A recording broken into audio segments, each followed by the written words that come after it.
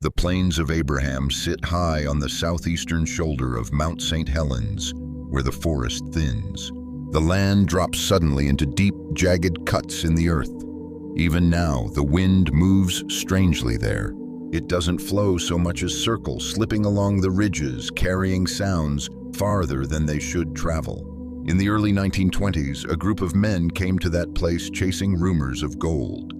They followed game trails into a narrow gorge along the edge of the plains, far from towns, far from help. The land was steep and unforgiving, but it offered water, timber, and isolation, enough to stake a claim, enough to disappear for a while. They built the cabin with care, thick logs notched tight, a low roof pitched. To shed heavy snow, every seam packed and sealed against winter. It wasn't meant to be temporary. It was meant to endure. The walls were strong, the door was braced. Standing inside it, they felt protected, safe. They told themselves it would hold. People always did. At first, nothing seemed wrong. Then they started noticing things. Footprints appeared in the soft earth near the cabin, too large, too deep. Shaped almost like a man's, but wider, heavy, the kind of impression that made you stop walking and look twice. At night, sounds rolled down from the ridges, deep thuds, hollow knocks, not quite footsteps, not quite falling rock. Sometimes there were screams, high and sharp, followed by long, guttural growls that didn't sound like any animal. The woods felt crowded. One evening, just before dark, they heard whistling. It came from high on one ridge. Clear, deliberate. Then another answered from the opposite side of the gorge. Not echoes, responses. The whistles were close, too close.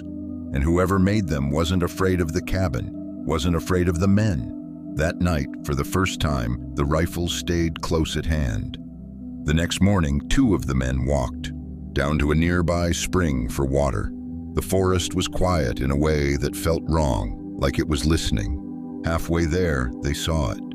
A large figure stood partially hidden behind a pine tree across the gorge. Dark, broad, upright, watching them. One of the men raised his rifle and fired. The shot cracked through the canyon, but the figure vanished, slipping behind the trees. If it was hit, there was no sign. Moments later, another shape appeared farther along the canyon wall. Bigger, closer, the second man fired. This time they saw it stumble backward, losing balance, tumbling down into the gorge below. The sound of it falling echoed for several seconds before everything went quiet again. The men didn't wait to see what came next. They ran. Back at the cabin, they told the others what they'd seen. No one argued. No one laughed it off. Whatever had been watching them knew exactly where they were now. They decided to leave in the morning. That night, they stayed inside the cabin, rifles loaded, listening to the dark. The first impact came after midnight. Something slammed into the wall hard enough to shake dust loose from the logs.